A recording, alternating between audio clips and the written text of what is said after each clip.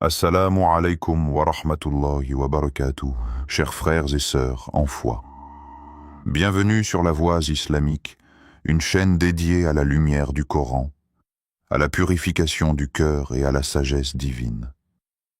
Si tu cherches à approfondir ta relation avec Allah et à explorer les merveilles cachées de sa parole, abonne-toi dès maintenant, active la cloche et laisse ton âme s'éveiller à la vérité.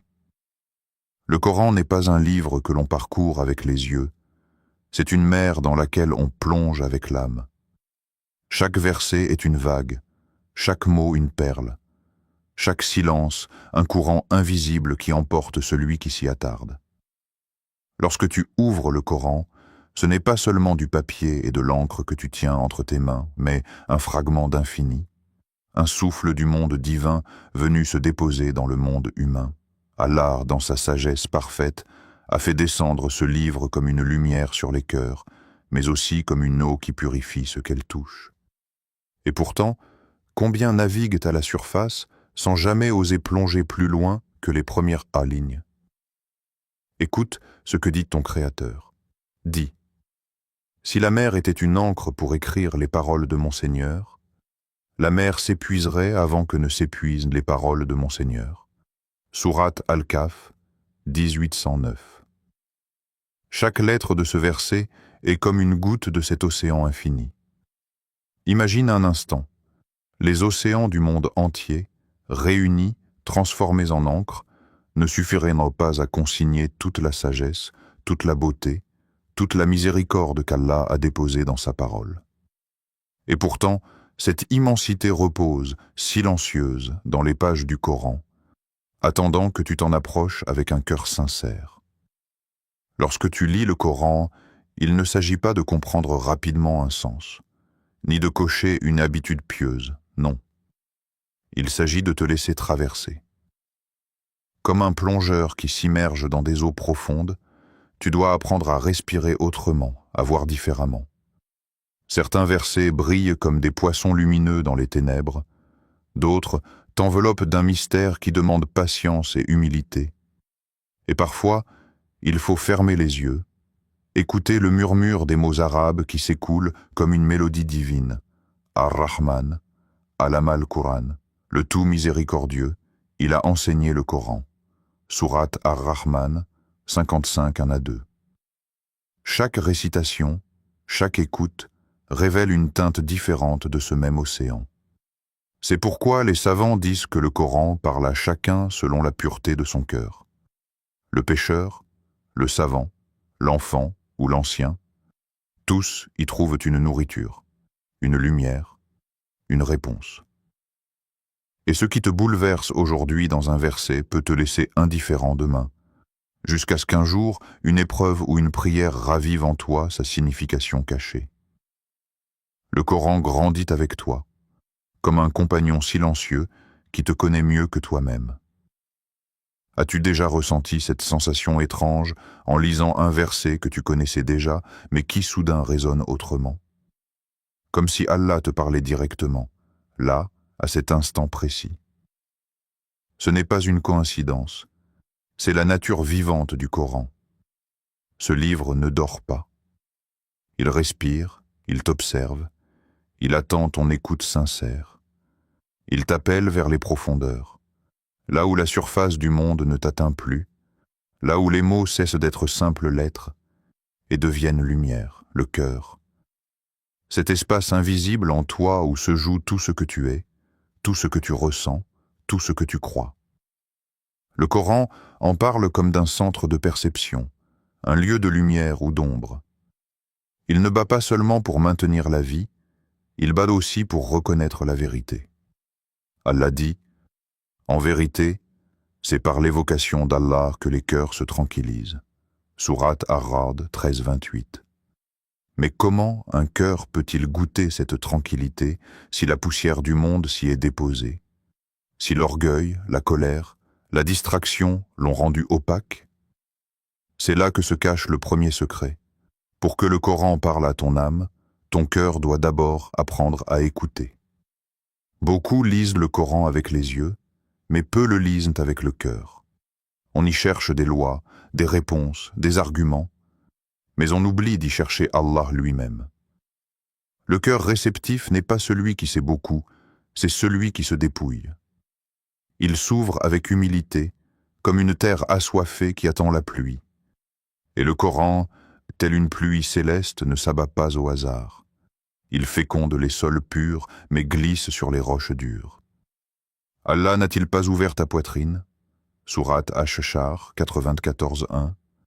Cette ouverture n'est pas physique, elle est intérieure. Elle est ce moment où ton cœur cesse de résister et se soumet à la parole.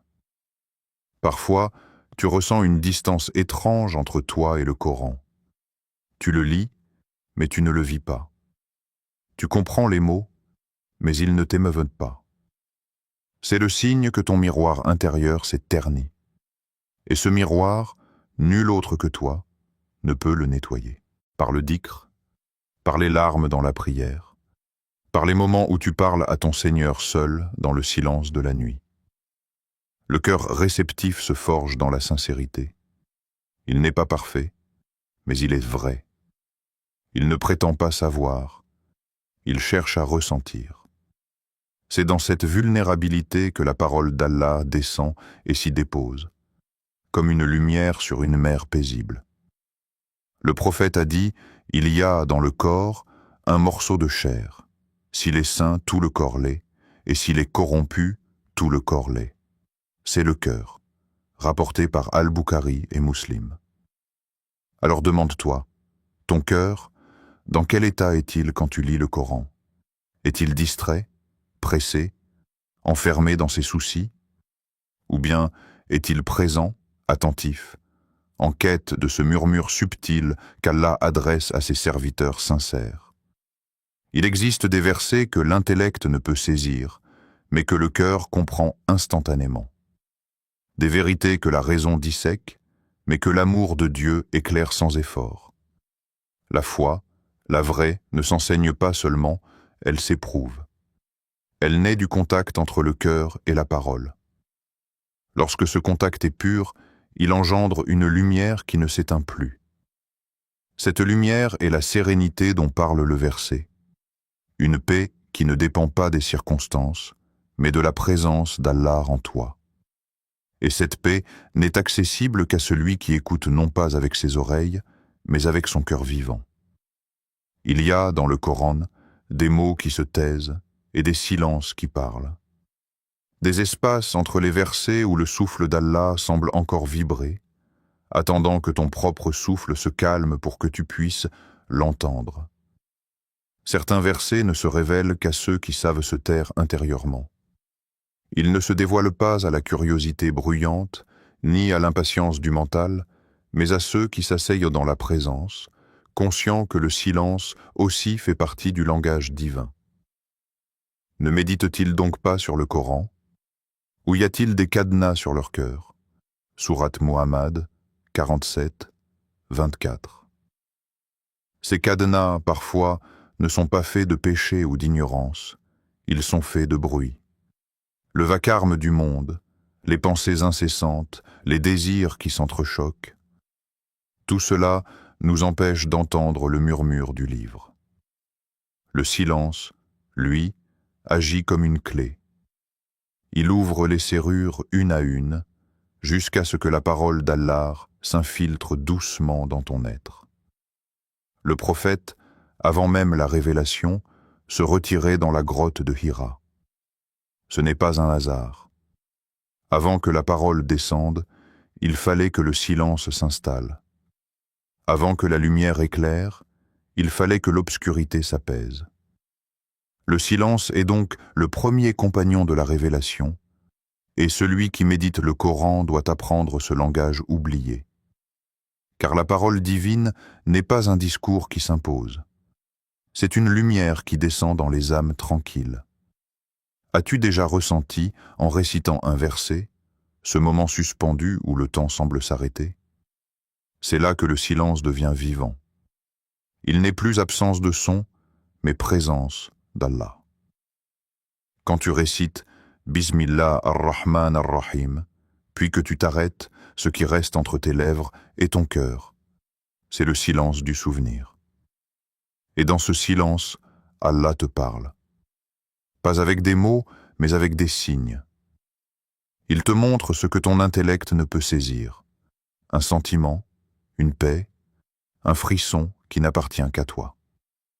Le Coran, dans sa beauté subtile, contient des pauses sacrées, ses waqf, ses arrêts recommandés dans la récitation. Ce ne sont pas de simples règles de tajwid. Ce sont des respirations spirituelles. Chaque arrêt est une invitation à contempler. Chaque silence entre deux mots est une mer invisible où se reflète la sagesse divine. Lorsque tu lis sans te presser, sans vouloir tout comprendre, tu entres dans cette mer. Et plus tu t'y abandonnes, plus tu découvres que le Coran ne se limite pas à ce que tu lis. Il t'observe, il t'écoute, il te répond. Le silence n'est pas vide, il est plein. Plein de la présence d'Allah, plein des significations cachées, plein de l'écho de ton propre cœur qui répète sans le savoir. Subhanaka Allahumma. Le secret du silence, c'est qu'il rend le cœur réceptif à ce que les mots seuls ne peuvent contenir. C'est là que le Coran devient vivant, qu'il cesse d'être un texte pour devenir un souffle. Et c'est dans ce souffle silencieux que naît la compréhension véritable, celle que l'esprit ne formule pas, mais que l'âme reconnaît immédiatement, comme un souvenir ancien, retrouvé. C'était une nuit paisible et froide.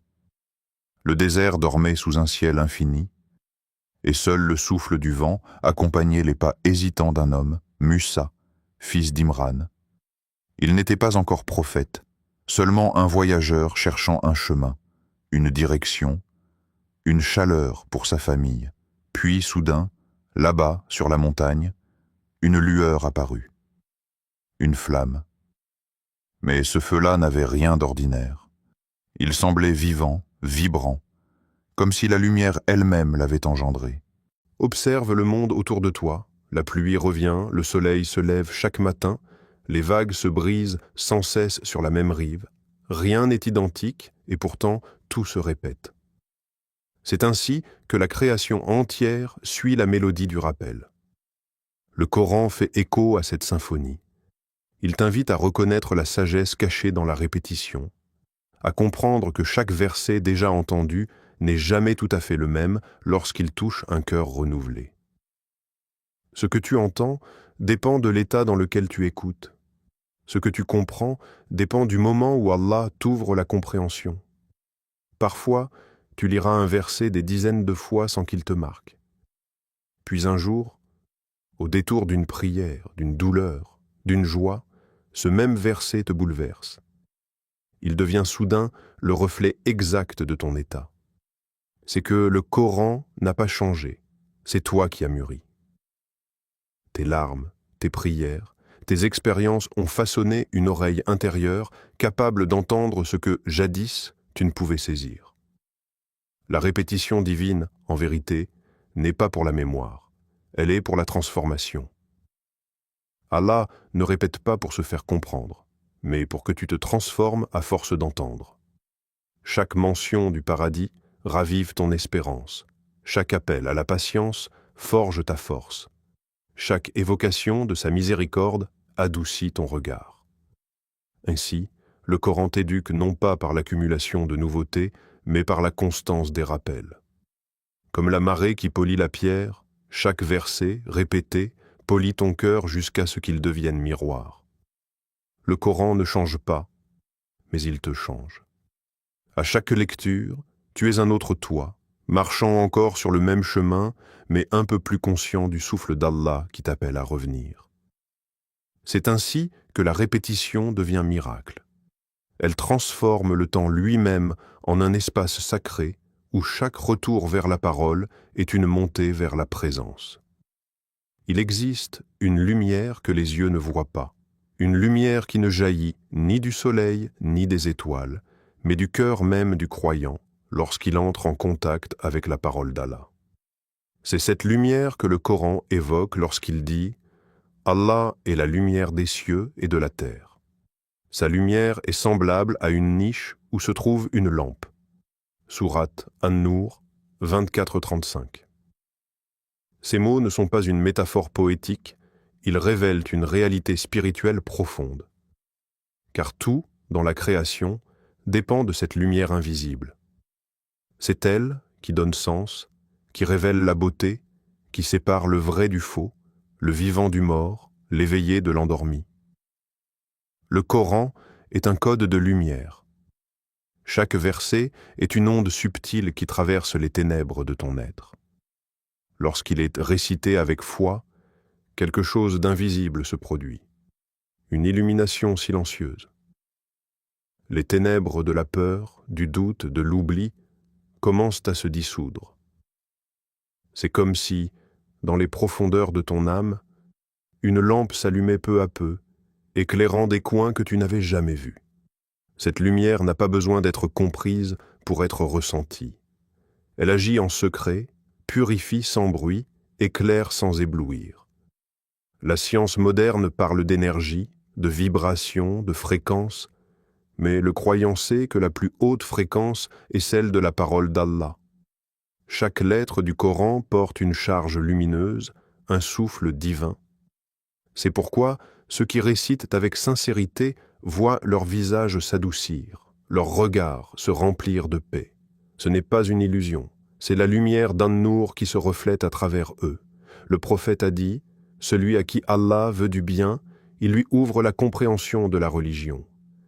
Et cette compréhension n'est autre que la lumière du discernement que le Coran insuffle à ceux qui s'y abandonnent. Mais cette lumière n'est pas donnée à tous de la même manière. Pour la recevoir pleinement, il faut nettoyer la lampe du cœur, car la flamme divine ne peut briller dans un réceptacle trouble. Le péché, la rancune, la distraction forment des voiles épais qui empêchent la lumière de pénétrer. Alors, il faut revenir à Allah, se purifier, se repentir, afin que la parole, en toi, trouve une place où se poser. Quand le cœur devient clair, le verset devient miroir. Il te montre à la fois ton état et ton chemin. La lumière du Coran n'éclaire pas seulement le croyant, elle éclaire tout autour de lui. Un mot bienveillant, une prière faite en secret, une larme sincère, tout cela devient rayonnement. Et dans un monde saturé d'écrans et de lumières artificielles, le croyant est celui qui porte une lumière authentique, celle qui ne s'éteint jamais. Lumière sur lumière. Allah guide vers sa lumière qui il veut. Sourate An-Nur 24-35. Ces mots contiennent le secret de la guidance. Car lorsque tu récites le Coran avec présence, tu invites cette lumière à se déposer en toi. Elle devient ton regard, ta force, ta boussole. Et même dans les nuits les plus sombres, tu avances, non pas parce que tu vois le chemin, mais parce que le chemin te voit. Et si le Coran, avant d'être un message à lire, était un miroir à contempler? Un miroir qui ne te montre pas ton visage, mais ton âme. Chaque verset, chaque mot, chaque silence y reflète quelque chose de toi. Parfois, tu y vois ta lumière, d'autres fois, ton ombre. C'est là le mystère du livre d'Allah. Il ne se contente pas de parler. Il te renvoie à toi-même. Nous leur montrerons nos signes dans l'univers et en eux-mêmes, jusqu'à ce qu'il leur devienne évident que c'est cela la vérité. Sourate Fussilat, 40 et 1,53. Pose-toi un instant. Lorsque tu entends un verset qui condamne l'orgueil, sens-tu ce pincement intérieur, ce léger inconfort? Ce n'est pas une simple émotion, c'est ton âme qui se reconnaît dans ce que le Coran lui montre. Et quand tu lis les versets décrivant les croyants patients, ceux qui, face à l'adversité, disent « Inna lillahi wa inna ilayhi raji'un », est-ce que ton cœur se met à battre un peu plus fort? Si oui, c'est que tu viens d'entrevoir ton reflet dans la parole d'Allah. Le Coran n'est pas un livre figé, il change de visage selon celui qui le regarde. Pour l'un, il est avertissement, pour l'autre, consolation. Pour un cœur endurci, il peut sembler sévère, pour un cœur brisé, il devient d'un baume. Ce que tu y vois dépend de ce que tu portes en toi. C'est pourquoi deux personnes peuvent lire le même verset et en ressortir avec deux mondes différents. Le livre est le même, mais le miroir n'est pas le même. Et si parfois le Coran te semble dur, ce n'est pas parce qu'il veut te repousser, c'est parce qu'il te montre une vérité que tu n'es pas encore prêt à voir. As-tu remarqué que certains versets te suivent? Tu les entends dans une mosquée, puis dans une vidéo, puis quelqu'un te les cite sans le savoir. Ce n'est pas un hasard. Ce verset est un miroir que ton âme fuit ou appelle. Allah te le renvoie jusqu'à ce que tu acceptes de te regarder. Il ne s'agit pas de culpabilité, mais de reconnaissance. Le Coran ne juge pas, il révèle. Il révèle ce qui dort en toi, ce qui grandit, ce qui résiste encore à la lumière. Parfois, tu t'y verras faible, parfois noble, mais dans tous les cas, tu t'y verras. Et plus tu avances, plus ce miroir s'affine jusqu'à devenir presque transparent. À travers lui, tu ne vois plus seulement toi-même, mais celui qui t'a créé. C'est cela, le véritable but du miroir coranique. Non pas que tu t'admires, mais que tu te reconnaisses comme serviteur. Alors, la prochaine fois que tu ouvriras le Coran, ne le lis pas comme un texte extérieur à toi. Lis-le comme un miroir vivant. Laisse-le te montrer tes blessures et tes beautés. Laisse-le t'enseigner sans parole. Car le Coran ne t'observe pas de loin. Il t'enveloppe, il t'éclaire, il te révèle à toi-même. Et dans ce reflet silencieux, tu découvriras que chaque verset est une trace d'Allah déposée dans ton propre cœur, un éclat de lumière te rappelant qui tu es et vers qui tu dois retourner. Il y a, dans chaque épreuve, une promesse silencieuse que ton cœur entend avant que ton esprit ne la comprenne. La douleur n'est jamais un hasard, ni une punition sans sens. C'est une langue qu'Allah parle à travers les circonstances, pour te ramener à lui, pour t'enseigner la patience, pour t'élever. Le Coran ne nie pas la souffrance, il l'enveloppe de douceur, il la transforme en un chemin. Allah dit, avec la difficulté est certes une facilité. Sourate Ash-Shar, 94-6. Ce verset ne dit pas « après la difficulté », mais « avec ». Cela signifie que la facilité naît dans le même souffle que l'épreuve, qu'elle l'accompagne comme une lumière discrète qui ne s'éteint jamais, même lorsque tout semble sombre. As-tu déjà remarqué comme certaines douleurs t'ont rapproché d'Allah, plus que les moments de confort? Comme une prière récitée en larmes a plus de valeur qu'un dhikr dit sans présence. Le Coran nous enseigne que la douleur, quand elle est vécue avec foi, devient une porte. Derrière chaque épreuve, il y a une miséricorde cachée, une sagesse qui ne se dévoile qu'à celui qui regarde avec les yeux du cœur. Peut-être détestez-vous une chose, alors qu'elle est un bien pour vous. Sourate Al-Baqarah, 2:216. Ce verset n'est pas un simple rappel, c'est une caresse divine. Il t'invite à faire confiance à l'invisible, à croire que même ce qui te fait pleurer aujourd'hui porte en germe une bénédiction. Le prophète a connu la douleur plus que quiconque. La perte, la solitude, le rejet, les blessures. Et pourtant, dans chacune de ces épreuves, il voyait la main d'Allah qui le façonnait, qui le préparait.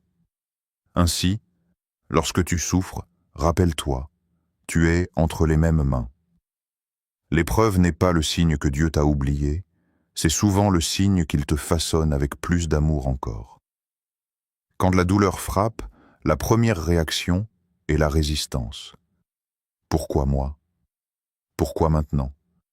Mais le Coran te murmure autre chose. Regarde mieux. Derrière le voile de ce pourquoi se cache un pour toi, pour te purifier, pour t'apprendre la gratitude, pour te rendre plus vrai. L'épreuve ne vient pas pour briser, mais pour révéler. Elle te montre ce que tu es capable de supporter, et surtout ce que tu n'aurais jamais découvert sans elle, la force que donne la foi. Il y a des versets qui ne se comprennent qu'à genoux, le front sur le sol, lorsque tu n'as plus de mots. C'est là que le Coran devient baume. Tu le récites et soudain, ton cœur se détend. Tu sens que quelqu'un t'écoute, que derrière le chaos apparent, il y a une harmonie divine. La promesse d'Allah n'est pas d'effacer la douleur, mais de t'accompagner à travers elle. Et cette présence suffit. La douleur, en réalité, est un passage, non une prison. Elle t'enseigne le détachement, elle polit ton âme jusqu'à ce qu'elle reflète la patience, la confiance, la lumière. Et quand enfin tu regardes en arrière, tu comprends. C'est dans les vallées les plus sombres que la lumière d'Allah s'est faite la plus proche, la plus tendre, la plus réelle. Le Coran n'est pas un livre destiné à rester fermé sur une étagère, couvert de poussière, destiné à être contemplé comme une relique du passé. Il est vivant, vibrant, respirant. Chaque lettre, chaque mot, chaque verset contient une énergie qui traverse le temps et l'espace, qui touche l'âme de celui qui l'écoute avec sincérité. Il parle aujourd'hui, ici, à toi, à ton cœur, à ton histoire, à tes doutes et à tes espoirs. Ce livre n'est jamais dépassé, jamais figé, car sa guidance est éternelle, et sa lumière traverse les siècles sans perdre de son éclat. Allah dit, « Ceci est un livre béni que nous avons fait descendre sur toi, afin qu'il médite sur ces versets, et que les doués d'intelligence réfléchissent. » Sourate Sad, 38-29. Ces mots sont une invitation à ne pas se contenter de la lecture mécanique. Chaque verset est une conversation. Chaque lettre est un appel. Il ne s'agit pas seulement de parcourir les phrases avec les yeux ou de réciter les sons avec la langue, mais de laisser la parole te pénétrer, te transformer, te révéler ce que tu portes à l'intérieur. Le Coran devient un miroir, un guide, un compagnon silencieux. Il t'observe autant que tu l'observes, il répond à ta présence attentive autant que tu recherches ses réponses. C'est un dialogue subtil où le livre te lit autant que tu le lis. Imagine ouvrir le Coran demain matin. Ne cherche pas simplement à terminer un chapitre ou à mémoriser un verset. Respire profondément. Médite ton cœur devant chaque mot. Laisse la parole t'interroger, te toucher, t'illuminer. Peut-être qu'un verset que tu connais par cœur te frappera soudain d'une intensité nouvelle, parce que ton âme a changé, parce qu'Allah a voulu te parler à cet instant précis. C'est ainsi que le livre devient vivant. Il s'adapte à toi, à ton état, à ta quête. Il ne se limite jamais à ce que tu crois savoir. Le Coran est une lumière qui ne s'éteint jamais, mais elle exige que tu t'approches, que tu écoutes, que tu médites. Chaque lecture est un voyage intérieur. Chaque lecture est une rencontre avec Allah, avec ton propre cœur, avec les vérités que tu as parfois évitées. Et à mesure que tu laisses cette lumière pénétrer ton être, tu découvres que le livre n'est pas simplement un texte ancien, mais une guidance vivante qui murmure à ton âme, éclaire ton esprit et fortifie ta foi. Alors, lorsque tu ouvriras le Coran la prochaine fois, ne cherche pas simplement à lire ces versets. Cherche à ce que ces versets te lisent. Laisse-les parler à ton cœur, à tes blessures, à tes espoirs, à tes rêves. Permets à cette parole vivante de transformer le silence de ton âme en un espace de lumière, de paix et de guidance. Et n'oublie jamais que ce voyage vers la lumière d'Allah ne se fait pas seul. Chaque lecture, chaque réflexion, chaque moment de dhikr est un pas de plus vers sa proximité, vers la compréhension de ton propre cœur et vers la sérénité qui découle de la présence divine. Assalamu alaykum wa rahmatullahi wa barakatuh. Et abonne-toi à la voie islamique pour continuer ce voyage vers la lumière d'Allah.